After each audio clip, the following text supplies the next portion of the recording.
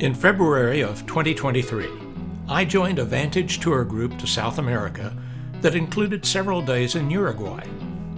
Uruguay is nestled snugly between Argentina to the west and south, and Brazil to the north. We landed in the capital city of Montevideo, where I couldn't resist planting myself in the center of a postcard view of the waterfront. Montevideo is certainly a cosmopolitan city on a beautiful beach on Pocitos Bay. What looks like an ocean here is actually a river, the Rio de la Plata, one of the largest in the world, 140 miles wide where it empties into the Atlantic Ocean. Our congenial tour group wasted no time in finding Cauci Restaurant in Hotel Costanero. We started our city tour by visiting Monumento a la Carreta, a monument dedicated to the settling of Montevideo by depicting ox cart drivers of the 19th century. Sculptor Jose Belloni created this bronze and granite sculpture, which was first installed in 1934. Don't tell the oxen that today Uruguay's main export is beef. In fact, there are more cattle in Uruguay than people. As we drive through the city, we pass an obelisk commemorating Uruguay's 1830 Constitution. Soon we pass Plaza del Entrevaro, meaning violent brawl, which honors unnamed heroes and battles. At Plaza Independencia, we meet General Jose Gervasio Artigas astride his horse, with his mausoleum located directly below. Artigas was a soldier and statesman who is regarded as the father of Uruguayan nationhood. Behind him is the Presidencia building, a very modern federal government office. By contrast, the Esteves Palace was once the office of the president, but now is a museum housing mementos of those who held that office. Looming above it all, nearby, is Palacio Salvo, which contains a variety of offices and private residences, but of interest to the public is the Tango Museum inside, which exhibits the history of Uruguayan tango. With Palacio Salvo still in view, we leave Plaza Independencia and wander into Ciudad Vieja, the Old Town, with its charming pedestrian streets and shops. It wasn't long before we found a shop we just had to check out, a vintage-looking bookstore that made us smile. Besides its picturesque twin staircase and its commanding stained glass window, it had shelves and shelves of books, and it had a whole section devoted not just to music, but to the tango. We come now to Constitution Square, also known as Plaza Matriz, meaning headquarters, which was the heart of colonial Montevideo. The ornate fountain at its center dates from 1871, and surprisingly still works. This historic square is home to Montevideo Metropolitan Cathedral, which is seat of the Archdiocese for the Roman Catholic Church in Uruguay. Check out the beautiful interior as I give you a little background on the neoclassical church building itself and the state of religion in Uruguay today. Foundation for the current building was laid in 1740 during Spanish colonial times, and the completed structure was consecrated in 1804. It's dedicated to the Immaculate Conception and to Montevideo's patron saints, Philip and James. Services are held here regularly. With most of Uruguay's early settlers coming from Spain and Italy, it's no surprise that Christianity became the country's dominant religion. In 2006, 58% of the population were nominal Christians, with 47% defining themselves as Roman Catholic and 11% as Protestant. By 2021, however, 40% professed no religion at all, earning Uruguay a reputation for being the most secularized nation in Latin America.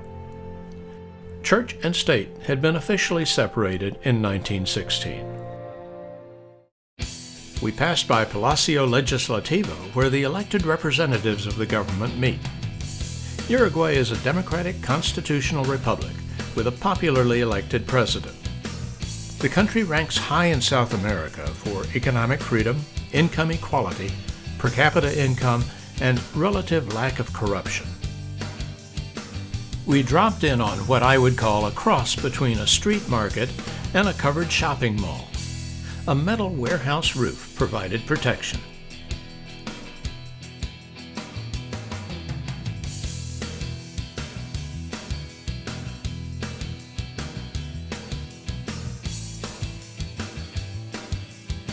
Now, this is my kind of merchandise. Before we leave Montevideo and its tempting beach, let's take a run on the Rambla. La Rambla is the nearly 14-mile promenade along the Rio de la Plata, obviously popular with walkers, joggers, and bikers. In turn, the beach attracts anyone who wants to splash in the waves, bask in the sun, just hang out, or kick a ball around. Visitors even make day trips from Buenos Aires, just across the river in Argentina. It seems that Uruguay has a reputation for being one of the most socially progressive nations in South America. It has legalized cannabis, same-sex marriage, abortion, and even prostitution. Needless to say, acceptance of the LGBTQ community is high, and Montevideo welcomes everyone. You may be wondering whether the water at Positos Beach is fresh or salty. Well, the Rio de la Plata is, in fact, a large estuary formed by the confluence of the Uruguay River and the Parana River. As the fresh river waters flow toward the Atlantic Ocean, they mix with the salty ocean water and become what is called brackish. The salinity changes constantly with the action of the tides flowing in and out. Since the river waters carry silt from the land, the water takes on a brownish look. But the sandy playground is just as much fun.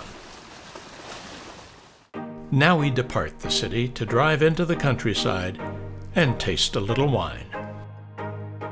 We drove about an hour out of Montevideo into the Canelones region, where a majority of Uruguay's wine industry is found. There were vineyards as far as the eye could see. Our destination was the highly rated winery of Familia Deicas, whose extensive wine portfolio includes the Uruguayan specialty Tannat. Our orientation started in the field, and what a field it was. We learned that the Deicas family has land in 12 very diverse regions around the country, with a passion for innovation and experimentation. Juan Carlos Deicas had acquired this historic estate in 1979. But the brand Familia Deicas wasn't introduced until the year 2000. It took that long to grow an acceptable harvest, process it, and properly age the product. As we took a closer look, it appeared that these grapes were already good enough to eat, right off the vine. They were beautiful, and begging to be harvested. And indeed, harvesting had already begun. Across the field we could see pickers at work. Many were itinerant laborers brought in from other countries. To me, the job looked overwhelming. Soon we found ourselves in the winery's underground stone cellar, which had been built in 1745. The smell of wine aging in these oak barrels was a bit intoxicating. Or was that my imagination? The whole scene was very picturesque. We were ready for the tasting, but not before a few words from our guide. We learned that the first wine produced by Familia Deicas was called Preludio, and had been inspired by this vineyard's similarity to the wine-growing characteristics of the Bordeaux region in France. He told us that a rare first edition bottle of Preludio is now valued at several $1,000s. Although we didn't taste a first edition, we were offered beautifully prepared appetizers and sweets paired with an impressive array of whites, reds, and even dessert wines. Our good-humored trip manager, Graciela Rubin, Apparently it had enough wine and was ready for some water. The rest of us were just glad we didn't have to do the dishes. Our final challenge was to exit past the sales counter without stopping. About 2.5 hours outside of Montevideo, we come to La Vigna, the repurposed site of an 1880 winery, now an organic farm with an utterly charming 5-room guest house offering tranquility and homemade delicacies. Artist Lucia Providente welcomes us and tells us how she and her husband, architect Agustin Badalini, left the hectic city life in Buenos Aires to seek a quiet rural lifestyle close to nature. Over more than 20 years, this do-it-yourself couple turned the original bodega building into a cozy rustic inn and built an eco-friendly cheese factory, all while raising their family. They planted orchards, made wine and preserves, and were surrounded by farm animals of all kinds. We saw the milking platform where the cows, goats, and sheep, yes, sheep, are milked every day. La Vigna is the only farm in Uruguay producing cheese from sheep's milk. We had an opportunity to judge the quality of La Vigna's wide array of rich cheeses, which are sold mainly in the leading hotels and restaurants of Uruguay. We were not disappointed. We enjoyed a fabulous lunch on a warm summer day in February, accompanied by La Vigna's own wine, a red blend of Malbec and Tannat. Everything we ate was organic and grown right there on the farm. After lunch, I was ready for my nap and wondered if I had found my tranquil spot under this magnificent ombu tree. We took a 2.5-hour drive from Montevideo into historic Colonia del Sacramento. We were greeted by this imposing Portón de Campo, or city gate, with its reconstructed wooden drawbridge. Thick stone walls date back to 1680, when the Portuguese founded this strategic port city on the Rio de la Plata River across from Buenos Aires. A menacing cannon speaks to the city's turbulent history, having changed hands 11 times between Portugal and Spain, with a little Brazil thrown in, until Uruguay gained its independence in 1828.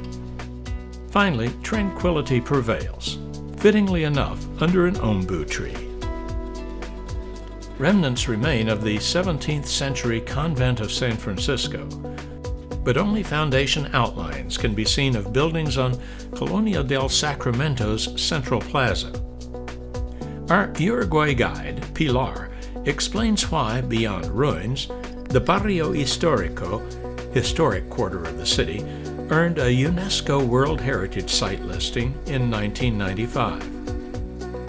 Calle de los Suspiros, or Street of Sighs, provides the justification. You are looking at a unique mix of Spanish and Portuguese colonial architecture as you stumble over cobblestones dating back to the city's founding in 1680. There are no sidewalks, and the street drains to the middle, as was common in those times. It's easy to distinguish here between the colorful Portuguese look, the ornate Spanish look, and the no-nonsense look that came later.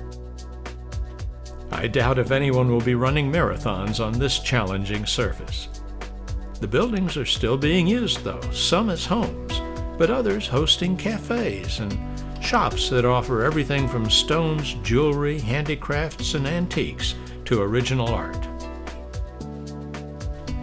I'm not used to seeing a Roman Catholic church this Spartan in its decor. But the Basilica de Santissimo Sacramento, Church of the Blessed Sacrament, has a simplicity that's not likely to be mistaken for a cathedral. The Portuguese built it out of stone in 1808. Meanwhile, modern life goes on in one of the oldest towns in Uruguay. Our guide Pilar proudly displays the flag of her country, a nation of almost 3.5 million people in an area about the size of Oklahoma. Yes, it's small by South American standards, but exemplary in terms of governance and quality of life.